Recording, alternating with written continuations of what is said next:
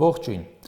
7.5 տարվա ՔՊԱ-ական իշխանությունից հետո արձանագրում ենք Հայաստանում բազմաթիվ ոլորտների քանդումը։ Ինչ կպել են քանդել են, անգամ օդն են կեղտոտել բառից բուն իմաստով, բայց որևէ ոլորտի քանդումը ֆիքսենք տեղի ունեցել այդ ոլորտի որոշ ներկայացուցիչների աջակցությամբ։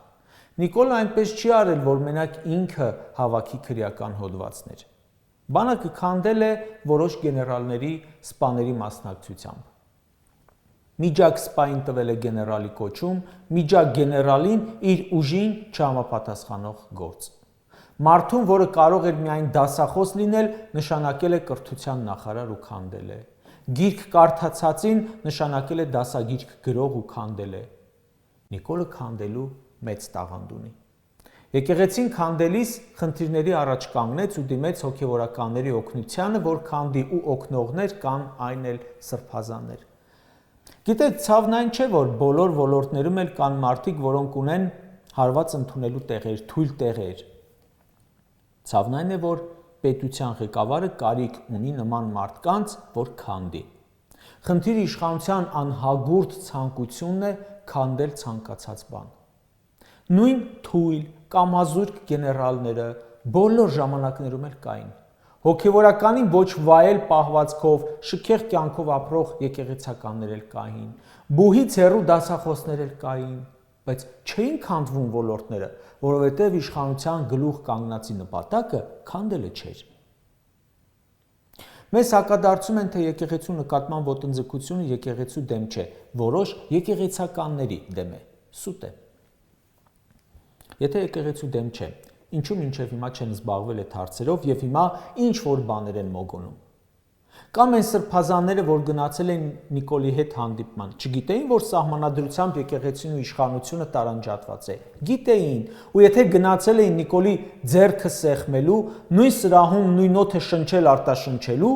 ապա միայն այն նպատակով պետքա դա լիներ, որ ասեին՝ մի խառնվեք եկեղեցու գործերին, մենք կաթողիկոսի հետ էլ կխոսենք, Արշակ սրբազանի հետ էլ կխոսենք եւ մեր եկեղեցու տարածքում կգանք որոշման։ Երեք arczepiskopos-ի կալանքի մեջ պահողի հետ գնացել են հոգևորականը, ինչ ունեն քննարկելու։ Եթե ոչ պահանջ, որ ազատ արձակեն իրենց հոգևոր եղբայրներին։ Կատարվողը կրկնում եմ կոնկրետ եկեղեցու դեմ է։ Եթե հոգևորականների դեմ եւ ոչ եկեղեցուն, ապա ոնց կբացատրեք, որ այս պահին հարձակման տակ են ոչ միայն հոգևորականները, կալանքի տակ են ոչ միայն հոգևորականներ, այլ մարդիկ, որոնք կառուցում են եկեղեցիներ։ Եթե նրա կռիվը հոգևորականների հետ է, այդ դեպքում ինչու է եկեղեցին անվանում Չուլան։ Բնականաբար քրեական օրենսգրքում եթե լիներ, որ եկեղեցի կառուցելը հանցագործություն է, Սամվել Կարապետյանին կամ Վարդան Ղուկասյանին կբռնեին դրա համար, բայց քանի որ դեռևս հանցագործություն չէ Հայաստանում եկեղեցի կառուցելը, դրել են տակը այլ հոդված։ Եկեղեցու վրա հարձակումների պատճառը ըստիս հետևյալն է։ Հայ առաքելական Սուրբ եկեղեցին հզոր կառույց է, համահայկական ամենամեծ կառույցն է ամբողջ աշխարհում, ամենամեծ տարածվածություն ունի։ Սփյուռքի այն գաղթօջախներում, որտեղ չկան հայկական դպրոցներ, եկեղեցուն կից անպայման դրանք կան։ Պատարակներին մարդիկ են գնում, շփվում ու բնականաբար եկեղեցու պարակտումը չի կարող այդ եկեղեցի պատարակի գնացողին չպարակտել։ Ցանկացած բան, որ անում է կառավարությունը, պետք է հասկանալ ում է դա ձեռնտու։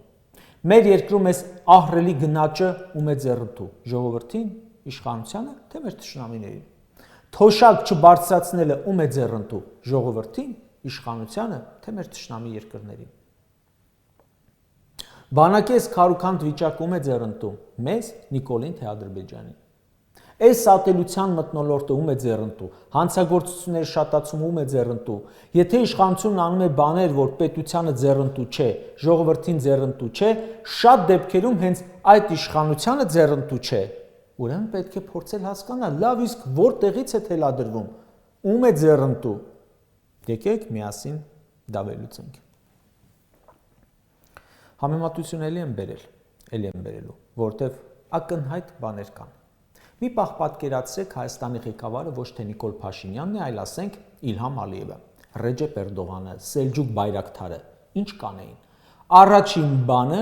կբռնեին այն մարդկանց, ովքեր 90-ականների պատերազմում իրենց մռութը ջարդել են, բանակը կքանդեին, 5000 մեր տղերքի կբերեին եռաբլուր, Արցախը կհանձնեին, եկեղեցու վրա կգնային եւ այլն, այդպես չէ։ Մի պահ պատկերացրեք Հայաստանի Հանրապետության պաշտպանության նախարար ոչ թե Սուրեն Պապիկյանն է, այլ Զաքիր Հասանովը ասենք։ Հայ զինվորը չէր ապրի ու վառվի խրճիթում չունենալով նորմալ զորանոց։ Մի պահ պատկերացրեք Հայաստանի Հանրապետության կրթության եւ գիտության նախարարը Ժաննե Անդրեասյանի փոխարեն Ադրբեջանի կրթության նախարար Էմին Ամրուլաևն է։ Չէր վերացնի եկեղեցու պատմություն առարկան դպրոցներից։ Կհաներ, չէ։ Փոխարենը ադրբեջաներին ուսուցում չէ կմտցներ։ Չէր սահմանափակի բուհերում հայոց պատմության ու հայոց լեզու առարկաները։ Կաներ, չէ։ Կառավարության ամեն նիստում չէր փակի դպրոց, կփակեր, չէ։ Հիմա էլ են անում։ Կարող է մի բան պակասաներ, ասենք Մեսրոպ Մաշտոցի նկարը չհաներ դասագրքից։ Հələ պատկերացրեք Հայաստանի Հանրապետության ներքին գործերի նախարարը ոչ թե Արփինե Սարգսյանն է, այլ Վիլայաթ Էյվազովը, որը հիմա Ադրբեջանի ներքին գործերի նախարարն է։ Հանցագործությունները 8000-ից չէին հասնի 40000։ Ակցիաների ժամանակ քաղաքացիներին արյուն լվիկ չէին անի ոստիկանները, չէին քաշքշի Ադրբեջանի դեմ պատերազմում անմահացած զինվորների ծնողներին։ Մեր երկրում բնապահպանական աղետ է արդեն որերորդ անգամ, եթե Համբարձումի փոխարեն Մուխտար Բաբաևը լիներ բնապահպանության նախարարը, այս մեր էկոլոգիական աղետը նույն աստիճանի վրա չէր լինելու։ Հիմա այդ մինիստրությունը կամ անգործությամբ է զբաղված, որը պետական միջոցների վատնում է, կամ այնպես են անում, որ այս աղետը տեղի ունենա։ Երկու դեպքում էլ հանցավոր է։ Սա անդառնալի վտանգ է եւ հնարավոր է մահացու վտանգ է մարդկանց համար։ Հələ մի պահ պատկերացրեք Հայաստանի Հանրապետության քաղաքավիացիայի պետը ոչ թե Տաթևիկ Ռևազյանն էր, այլ Արիվ Մամեդովը։ Հայկական ընկերությունները չէին հայտնվի Եվրոպայի սև ցուցակում, կարծում եմ կհայտնվեին։ Եթե Հայաստանի ֆինանսների նախարարը լիներ ոչ թե Վահե Հովհաննիսյան, այլ Սահիլ Բաբաևը, այնպես չէր անի, որ երկիրը ճկռի պետական պարտքի տակ։ Կառավարության ամեն նիստում չէր վերցնի մի քանի տասնյակ ու 100 միլիոն եվրոյի վարկ։ Եթե Հայաստանի սոցիալ-նախարարը ոչ թե Արսեն Թորոսյանը լիներ, այլ ադրբեջանցի նախարար Անար Ալիևը,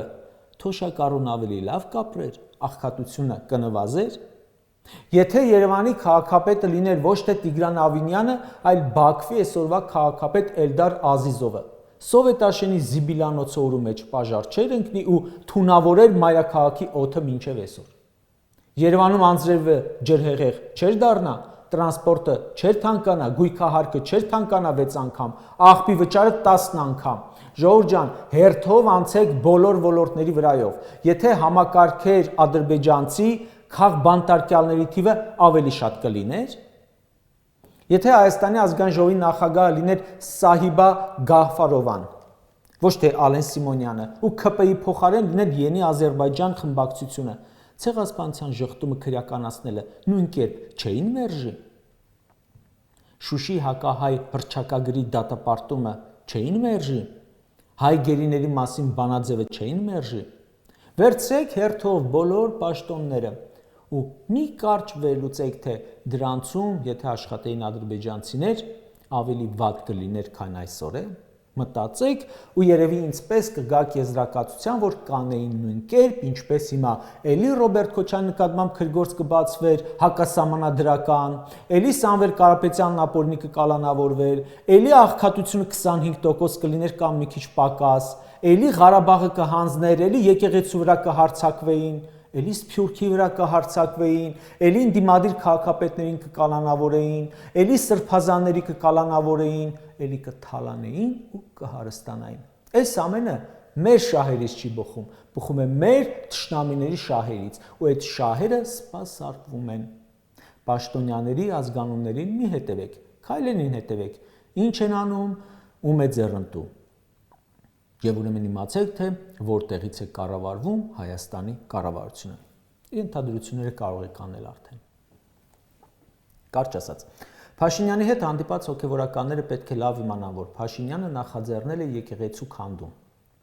ինչպես որ ժամանակին Արցախի քանդումներ անում։ Ինչ այն ժամանակ խոստովանում էին, որ Արցախը հանձնում են։ Չէ ասում էին, այդ դուք եք Արցախը հանձնում, մենք պահպանողն ենք, մենք ինքնորոշման ճանաչում ենք բերելու միջազգային, բայց հանձնեցին։ Բա հո չեն ասելու մենք եկեղեցին քանդում ենք, կասեն հավատն ենք ամրապնդում, ուզում ենք ինքնամաքրվի ու քանդելու են, բանակն էլ էին ինքնամաքրում։ Անմեղսունակություն եմ համարում քննարկման մեջ մտնելը, թե միգուցե իրոք կան հոգևորականներ, որոնք եւ այլն, չէ ժողովուրդ ջան։ Սրանք պայքար են տանում մեր արժեքների, մեր ինքնության, մեր հայկականության դեմ։